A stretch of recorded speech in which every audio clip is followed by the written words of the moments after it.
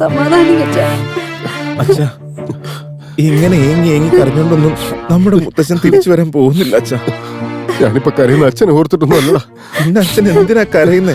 ദയവേച്ച് തുടച്ചിട്ട് കാര്യം പറ. എന്തിനാ അച്ഛൻ കരയുന്നേ? അച്ഛൻ കരയുന്ന എനിക്ക് കണ്ടുകൊണ്ടിരിക്കാൻ പറ്റില്ല. അവന്മാരെല്ലാരും കണ്ടില്ലേ? പണത്തിനും അന്തസ്സിനും പദവിക്കും ഒന്നും ഒരു കുറവില്ലാതെ ജീവിക്കുന്നവരാ അവന്മാര്. പക്ഷെ നമ്മള് ഒരു നേരത്തെ ആഹാരത്തിന് വല്ലവന്റെ മുമ്പിൽ കൈ നീട്ടി നിൽക്കുന്ന അവസ്ഥയിലുള്ളവരായി പോയില്ലടാ. അച്ഛൻ അതൊന്നും ആലോചിച്ച് പേടിക്കണ്ട. നാട്ടിലെ രാജാവായ സിംഹമായിട്ട് അച്ഛനെ ഇവിടെ നടത്തി കാണിച്ചു തരാം ഞാൻ.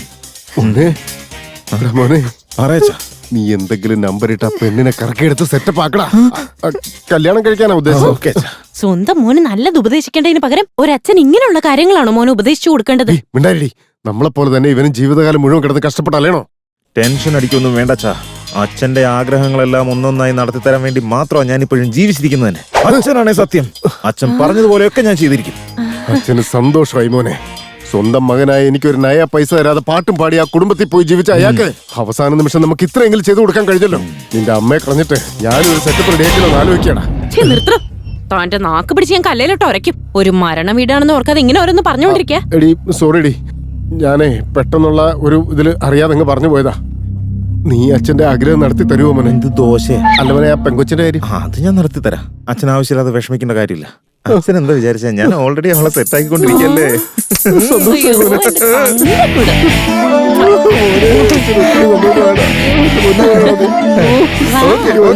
അച്ഛൻ വിഷമിക്കണ്ട, ഞാൻ സെറ്റാക്കിക്കോളാം.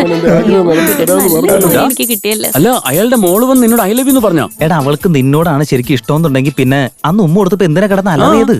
തുടക്കത്തിലൊന്നും അവരൊന്നും വിട്ടുതരാൻ പോകുന്നില്ല. കുറച്ചങ്ങ് കഴിയുമ്പോ എല്ലാം സെറ്റ് ആവൂടാ. അവൾക്ക് തീരെ താല്പര്യം ഇല്ലായിരുന്നെങ്കിലേ വന്നവരോടൊക്കെ കാര്യം പറഞ്ഞില്ലേ. അവൾക്ക് ഇഷ്ടമുള്ളതുകൊണ്ടല്ലേ മിണ്ടാതിരിക്കുന്നേ. എന്നാ പിന്നെ നീ ഒരു കാര്യം ചെയ്യ്, ഇപ്പൊ തന്നെ പോയിട്ട് അവളുടെ അടുത്ത് ഐ ലവ് യു എന്ന് പറയും. അപ്പൊ കാര്യം നമുക്ക് ഇപ്പൊ തന്നെ അറിയാൻ പറ്റുമല്ലോ. കറക്റ്റ്. അതിനുള്ള സമയം വരുമ്പോ ഞാൻ പറഞ്ഞോളാം. This is drink time. വാ, അടിച്ചു കൂടെയാവോ? അതെ. നോക്കി പേടിക്കുന്നു. നോക്കി നിൽക്കാതെ വാടാ. അടിച്ചിട്ട് വരാം. എടോ കിട്ടിയോടോ? എവിടുന്ന് കിട്ടാൻ? ആ ബാറിലൊക്കെ നോക്കിയോ? എല്ലായിടത്തും നോക്കി, അവനൊന്നും കൈ കാശ് കൊടുക്കാൻ പാടില്ല നീ. അതേത് ഒരു പഴയ ബന്ധം വെച്ചിട്ട് കൊടുക്കുന്നതല്ലേ. അയ്യോ, ഞാൻ ഓർത്തില്ല, ചെരുപ്പിട്ടുകൊണ്ട് വന്നു. സോറി. കർമ്മങ്ങളൊന്നും ചെയ്യാതെ നിൽക്കുന്ന എന്താ? കർമ്മങ്ങൾ ചെയ്യേണ്ടവൻ ഇതുവരെ വന്നിട്ടില്ല, പിന്നെ എന്ത് ചെയ്യാനാ? പുള്ളി വന്നില്ലെങ്കിൽ എന്താ? നമ്മുടെ മുത്തശ്ശന്റെ കാര്യമില്ലേ, നമുക്ക് ചെയ്തൂടെ? ഞാൻ തന്നെ എല്ലാം ചെയ്തോളാം. നോക്കിയോ.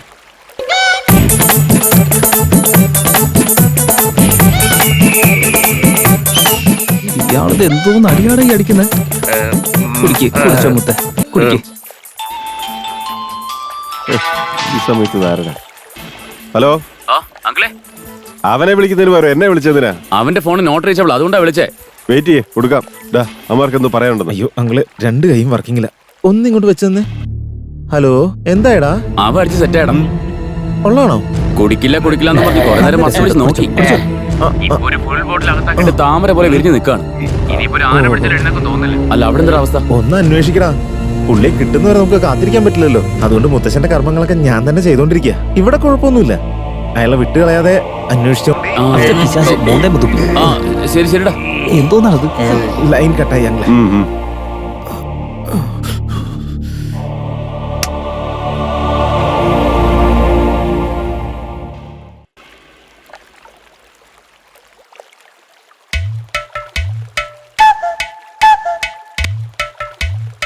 അച്ഛാ, വല്യച്ഛൻ്റെ കൂടെ പോയിട്ട് വാ.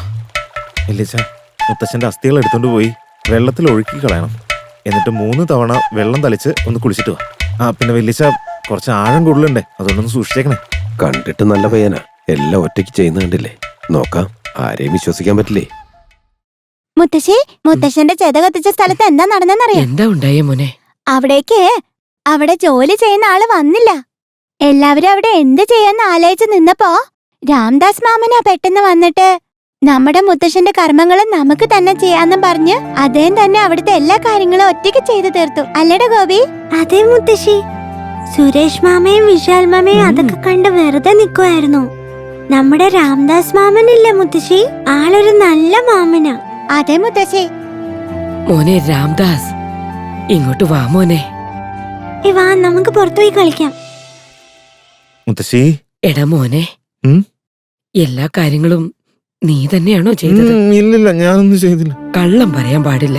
നമ്മളിതുവരെ കാണാത്ത ദൈവത്തിനേക്കാൾ നമ്മുടെ മാതാപിതാക്കൾക്ക് വേണ്ടി എന്തെങ്കിലും ചെയ്യുന്നതല്ലേ വലിയ കാര്യം. ഈ പൂജയും ഹോമവും ഒക്കെ നടത്തുന്നതിനേക്കാളും മരിച്ചുപോയവരുടെ ആത്മാവിന് ശാന്തി കൊടുക്കുന്നതാണ് പുണ്യകർമ്മമെന്ന് കണ്ണമാലി ലൈബ്രറിയിൽ വെച്ചിട്ട് ഞാൻ ഒരിക്കൽ വായിച്ചിട്ടുണ്ട് മുത്തശ്ശി. മുത്തശ്ശന്റെ കർമ്മങ്ങളൊക്കെ ഞാൻ എന്റെ കൈകൊണ്ട് ചെയ്തത് എനിക്ക് കിട്ടിയൊരു വലിയ ഭാഗ്യം മുത്തശ്ശി. ഭക്ഷണം എത്തിയിട്ടുണ്ട്. ചെല്ല് മോളെ ചെല്ല്. മുത്തശ്ശി വാ. മോള് ചെല്ല്, ഞാൻ വരാം. മുത്തശ്ശി, എനിക്കറിയാതെ ഞാനതൊക്കെ ചെയ്തത് ഒരു തെറ്റായി പോയോ നീ മുത്തശ്ശി? ഒരു തെറ്റും ചെയ്തില്ല മോനെ, നല്ല കാര്യ ചെയ്തത്.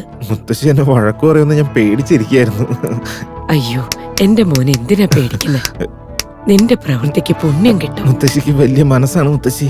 അമ്മേ വിശന്നിട്ട് കണ്ണു കാണാൻ വയ്യ, എന്തെങ്കിലും എടുത്തേ. അമ്മ ഒന്ന് വേഗം എടുക്ക്. എത്ര നേരമായി? ഓ ശരിയാ, നിങ്ങളവിടെ അടക്കം ചെയ്തെടുത്ത് മലമറിക്കായിരുന്നല്ലോ. ദേ ഇപ്പൊ ഞാൻ വെച്ചു വിളമ്പി തരാം. ചേച്ചി എന്തിനാ അതോർത്തൊക്കെ വിഷമിക്കുന്നേ? അതിനൊക്കെ വല്ല ബോധവും വേണ്ടേ? അത് എന്തെങ്കിലും പറയാനുണ്ടെങ്കിൽ അതൊന്ന് വ്യക്തമായിട്ട് പറ. എന്ത് വ്യക്തമാക്കാനാ? പാവം ആ രാമു. കർമ്മങ്ങൾ നടത്താൻ അവൻ എത്രമാത്രം കഷ്ടപ്പെട്ടു. മുത്തശ്ശിന്ന് വെച്ചാ അവന് ജീവനാ. അവനവിടെ എല്ലാം കറക്റ്റായിട്ട് ചെയ്തപ്പോ നിങ്ങൾ കുന്തം പോലെ നിൽക്കുമായിരുന്നില്ലേ? ഇതെല്ലാം നിങ്ങൾക്ക് എങ്ങനെ അറിയാം? അവനായിട്ട് വന്ന് പറഞ്ഞൊന്നുമല്ല, അവിടെ നടന്നതൊക്കെ കണ്ടിട്ടേ പിള്ളേരെ ഒന്ന് പറഞ്ഞതാ. ചേച്ചി, നിങ്ങൾ എന്തായി പറയുന്നത്? ഇവർക്ക് മുത്തശ്ശി എന്ന് പറഞ്ഞ വലിയ കാര്യം തന്നെയാ. പക്ഷെ ആ സ്നേഹമൊക്കെ മനസ്സിലാ. അതുകൊണ്ട് ഓ അതങ്ങനെ മനസ്സിൽ വെച്ചോണ്ടിരുന്നിട്ട് എന്താ കാര്യമുള്ളത്? മനസ്സിൽ വെച്ച് പൂജ ചെയ്യാനാണോ? അയ്യോ, അതൊന്നും സാരമില്ല വല്യമ്മേ. അവര് ബുദ്ധിമുട്ടൊന്നും അറിയാതെ വളർന്ന പിള്ളേരല്ലേ. അവർക്ക് ഇവിടുത്തെ രീതികളോ കാര്യങ്ങളോ ഒന്നും അറിയാത്തോണ്ടാ. ഇതൊക്കെ മനസ്സിലാക്കിയിരുന്നെങ്കിൽ എന്നേക്കാൾ നന്നായിട്ട് ചെയ്തേനെ അതെല്ലാം. അയ്യോ, നിങ്ങളെ സങ്കടപ്പെടുത്താൻ പറഞ്ഞല്ലാട്ടോ. പരിപ്പേറിയും കൂടി ചോദിക്കണം.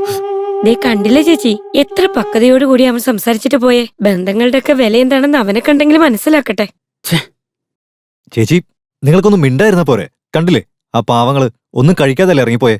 അതിനു മാത്രം ഞങ്ങൾ അവരോട് എന്തു പറഞ്ഞു എന്നാ? പറഞ്ഞാലും മനസ്സിലാവില്ലല്ലോ. ആ എടാ കുരുപ്പേ, അവന്റെ കൂടെ കൂടി ഞങ്ങൾ നാളെ നോക്കാണല്ലേ. നിനക്കൊന്നും വേറൊരു നിന്നെ ശരിയാക്കി തരാം. അയ്യോ എന്തിനാടാ പിള്ളേരായിട്ട് ഇങ്ങനെ തല്ലുന്നേ? വെറുതെ വിട്ടേക്കാം. വെറുതെ ഇങ്ങനെ പിള്ളേരാണെങ്കിൽ കൈ ചെയ്യടാ. എടാ, എന്തുവാടാ ഇത്? ഈ വക നിസാര കാര്യങ്ങൾക്ക് കൊച്ചു പിള്ളേരെ മെക്കിട്ട് കയറാൻ. നിന്റെയൊക്കെ ചങ്കുറ്റം കാണിക്കേണ്ട സ്ഥലത്ത് കൊണ്ടുപോയി കാണിക്കേ.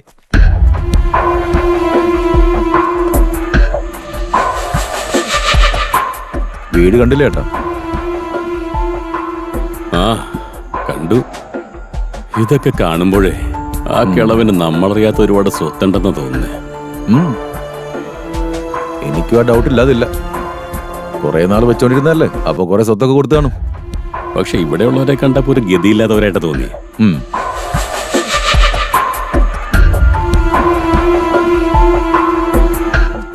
എടി, നീ എന്തിനാ ഇപ്പൊ ഇങ്ങോട്ട് കയറി വന്നേ? പിന്നെ കൊച്ചിനെ ഓർക്കണ്ടേ? തൊട്ടിൽ എവിടെയല്ലേ ഇരിക്കുന്നേ? അതിനു വേണ്ടി വന്നോ? കരയല്ലേ മുത്തേ? മുത്തശ്ശ ഇതെന്താ മരുന്നാണോ? ആ മരുന്ന് തന്നെയാ. ഇത് കുടിച്ചാ ശരീരത്തിലുള്ള വേദനയൊക്കെ പോയി കിട്ടും. എനിക്കും ശരീരം നല്ല വേദനയുണ്ട്. എനിക്ക് വേദനയുണ്ട്, എനിക്ക് തരുമോ? ഓ മുത്തശ്ശ, ഞങ്ങൾ ഇതെടുത്തോണ്ട് പോയിട്ട് വീതിച്ച് കുടിച്ചോളാം. നീ എന്നടാ കളിയാക്കുക? പുറത്തു പോയി പുറത്തു പോകാനല്ലോ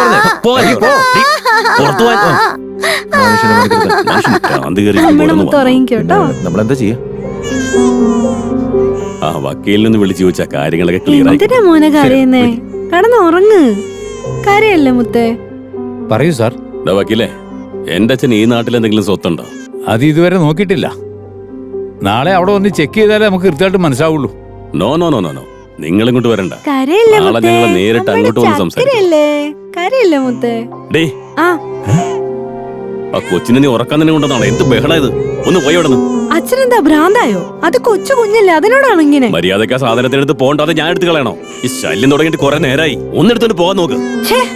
ഇനി ആ ശല്യത്തിനെ കൊണ്ട് ഇങ്ങോട്ട് വന്നേക്കരുത്. ഒന്ന് വേഗം ഇറങ്ങി പോ. ഞാൻ പോവാ. ആ പറഞ്ഞു നോക്കിയില്ലേ? സോറി സാർ, അവിടെ വന്നിട്ട് നോക്കാൻ പറ്റുള്ളൂ സാർ. നാളെ രാവിലെ 10 മണിക്ക് ഞാൻ സാറിന്റെ വീട്ടിലുണ്ടാവും. അപ്പൊ വിശദമായിട്ട് സംസാരിക്കാം. ആ അങ്ങനെ ആയിക്കോട്ടെ. എന്താ പറഞ്ഞേട്ടാ? നാളെ രാവിലെ 10 മണിക്ക് നമ്മുടെ മുന്നിൽ നേരിട്ട് വന്ന് പറയാന്ന്. ആർക്കൊക്കെ എന്തൊക്കെ എഴുതി വെച്ചെന്ന് എങ്ങനെയാ പറയാ? അതെനിക്കും പിടിയില്ല. നിങ്ങൾക്ക് ഇതെന്താ പറ്റിയേ? അവൾ എന്ത് തെറ്റ് ചെയ്തിട്ടാ? എന്തിനാ അവളെ ഇങ്ങനെ ചീത്ത പറയുന്നത്? നിന്നെ ആരെ കൊണ്ട് വിളിച്ചേ? ഇനി ഇങ്ങോട്ട് വന്ന കാലിയാൻ തല്ലി ഓടിക്കും. മനസ്സിലായി? കഷ്ടം ഇത്.